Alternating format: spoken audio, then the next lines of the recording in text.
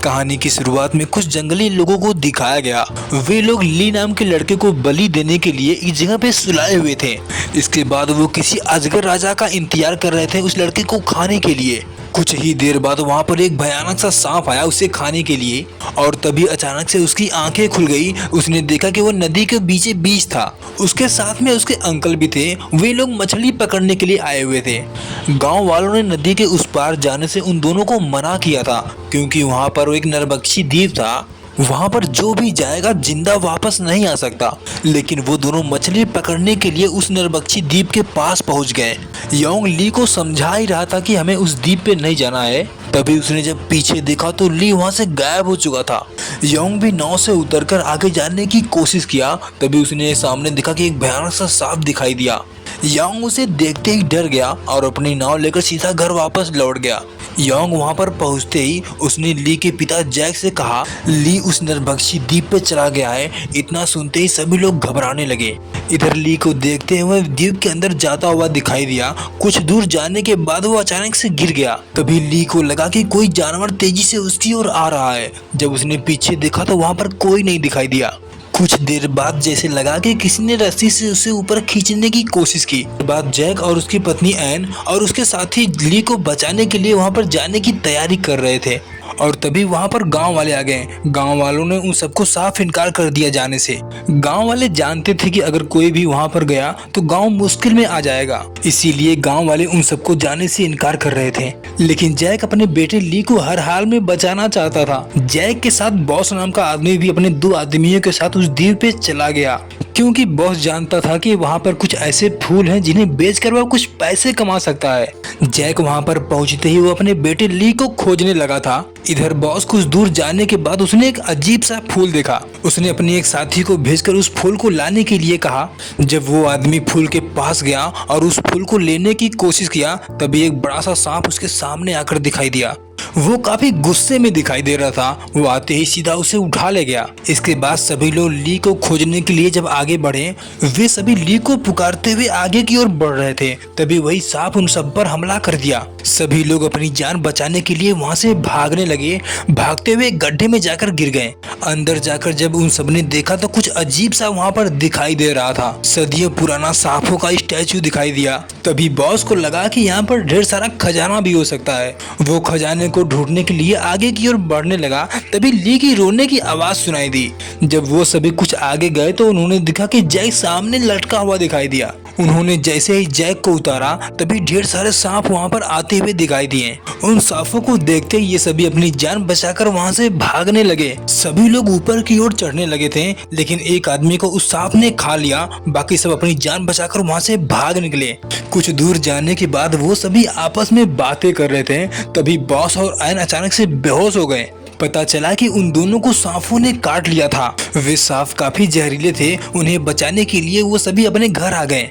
Boss तो बच गया था, लेकिन ली की माँ एन, कुछ देर बाद उसकी मौत हो गई। एन के गुजर जाने के बाद ली को काफी दुख था। अगली सुबह ली को देखते हैं उसने अपने बैग में एक छोटा सा सांप लेकर आया हुआ था। ली ने उसका नाम भी रखा हुआ था आकाश। अगली रात जब जैक घर पर आया तो उसने देखा कि ली उस सांप के साथ खेल रहा था, और तभी जैक ली पर गुस्सा हो गया। जब जैक ने ली से उसे मांगने की कोशिश किया तो ली वहां से भागने लगा, और तभी गांव वालों को भी पता चल गया कि ली कोई सांप लेकर आया हुआ है, और सभी लोग उसके पीछे जाने लगे। ली वहां से भागते हुए एक नदी के पास गया।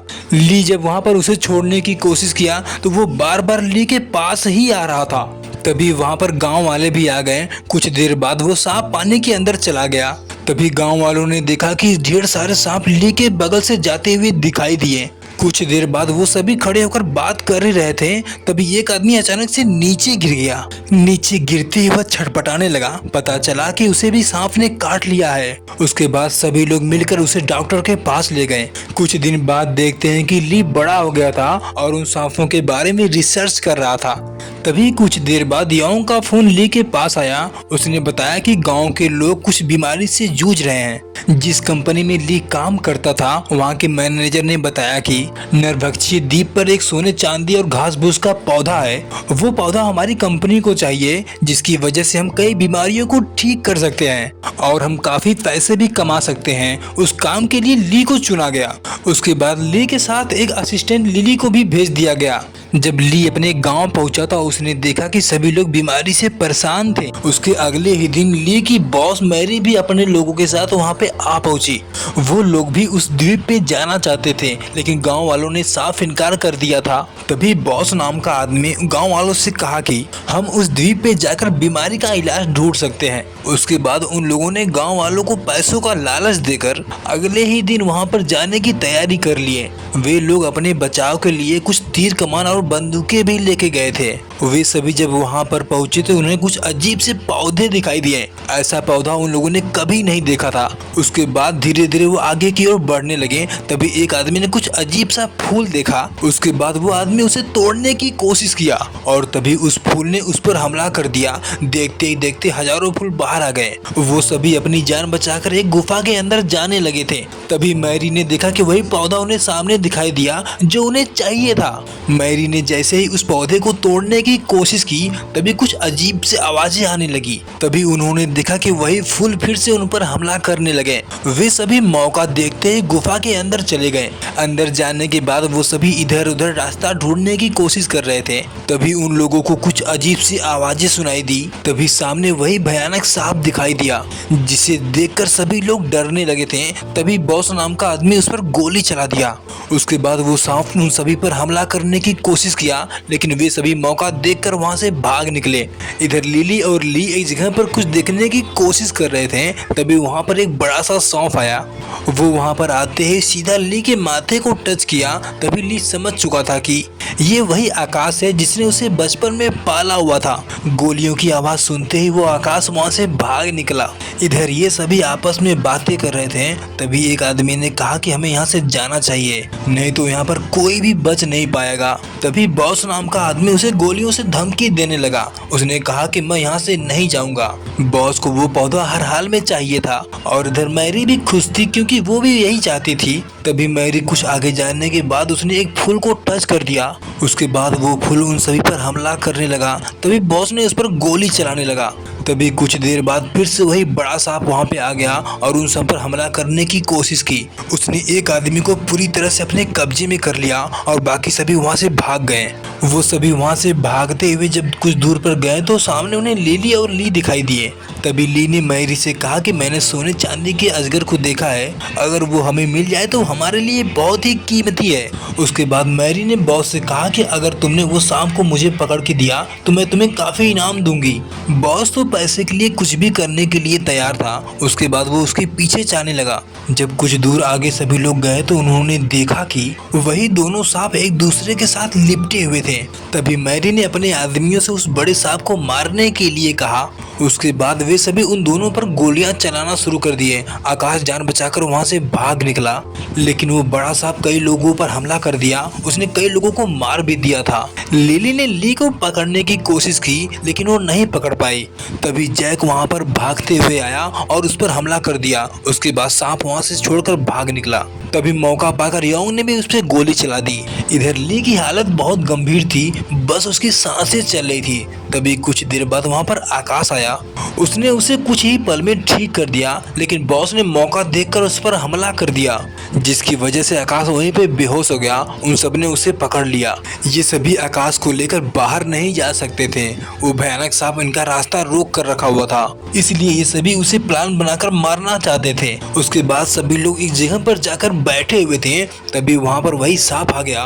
बॉस ने मौका देखते ही अपने आदमी से उस पर हमला करने के लिए कहा। वो काफी गुस्से में था। सभी लोग को एक झटके में दूर फेंक दिया। सामने मैरी भी गिर चुकी थी, वो उसे खाने वाला था। तभी मौके पे लिली आ गई। उसने उसे तीर से मारने की कोशिश की। तभी वो सांप लिली पे हमला करने वाला था, लेकिन मौके पे आकर ली ने उसे बचा लिया। उसके बाद वो सांप जाकर सीधा उस फूल के ऊपर गिर गया। उन फूलों ने उसे पूरी तरह से अपने कब्जे में कर लिया। इधर ली और लिली जब बाहर भाग कर आए तो उन्हें वही फूल दिखाई दिया। ली ने जल्दी से उस फूल को तोड़कर अपने जेब में भर लिया था। उसके बाद सभी लोग वहां पर आ पहुंचे। जब सब वहां पर पहुंचे तो बॉस को पता चला कि आकाश का कोई भी खून पी लेगा तो हमेशा के लिए अमर हो जाएगा। उसके बाद बॉस अपना चाकू निकाला और उसे मारकर उसका खून पीने जा रहा था। जब ली ने उसे मना करने की कोशिश की तो उसके बाद वो दोनों आपस में लड़ने लगे। ली उसके सामने पूरी तरह से कमजोर पड़ रहा था। तभी वहां पर आकाश आया। उसने बॉस को लपेटकर उसके गले में काट लिया। उसके बाद बॉस ने ली से मदद मांगने लगा। ली ने जब वही सोने चांदी का घास उसे खिलाया तो पूरी तरह से ठीक हो गया। बॉस ठीक होते ही फिर से वो ली को मारने लगा। तभी वहां पर आकाश फिर से आया। उसने बॉस को पूरी तरह से लपेट लिया। बॉस ने मौका देखते ही उसने उसका खून पीना शुरू कर दिया, लेकिन सोने चांदी के घास खाने की वजह से उसे कुछ साइड इफेक्ट होने लगे, जिसकी वजह से वह कुछ अजीब सा हरकत करने लगा। उसने ली को मारने की कोशिश की। तभी जैक आकर ली को बचाने की कोशिश की, लेकिन बॉस ने चाकू उसके पीठ में मार दिया और कुछ ही देर बाद जैक अपना दम तोड़ दिया। उसके शरीर में फिर से कुछ होने लगा, जिसकी वजह से वो अपने कपड़े निकालकर फेंकने लगा। जैसे लग रहा था कि उसका चेहरा धीरे धीरे जलने लगा था। और तभी उसने एक आदमी को जान से मार दिया। बाकी सब अपनी जान बचाकर वहां से भागने लगे। उसके बाद बॉस ली को मारने लगा, लेकिन ली को मौका मिलते ही ली ने एक बड़ा सा डंडा उठाया और बॉस को मारने के लिए जा रहा था। तभी बॉस ने गोली सीधा उसके सीने पे चला दी। सोने चांदी के घास की वजह से ली भी मरा नहीं, वो भी बच गया। तभी वो भयानक सांप बॉस के पास आ गया और उसे पूरा निगल गया। सभी लोग अपनी जान बचाकर नदी के किनारे आए। तभी ली ने आकाश को देखा। आकाश की हालत बहुत गंभीर थी। उसे सोने चांदी की घास की जरूरत थी। तभी मैरी ने ली से कहा कि ये घास हमें दे दो, हमारी कंपनी को जरूरत है इसकी। लेकिन ली ने उसे साफ इनकार कर दिया और उस घास को आकाश को खिला दिया। और कुछ ही देर बाद आकाश ठीक हो गया और बाकी सब घर वापस आ गए। ली ने उस बीमारी का इलाज भी ढूंढ लिया था और अपने गाँव वालों को ठीक भी करने लगा। वीडियो अच्छी लगे तो लाइक करें, सब्सक्राइब करें।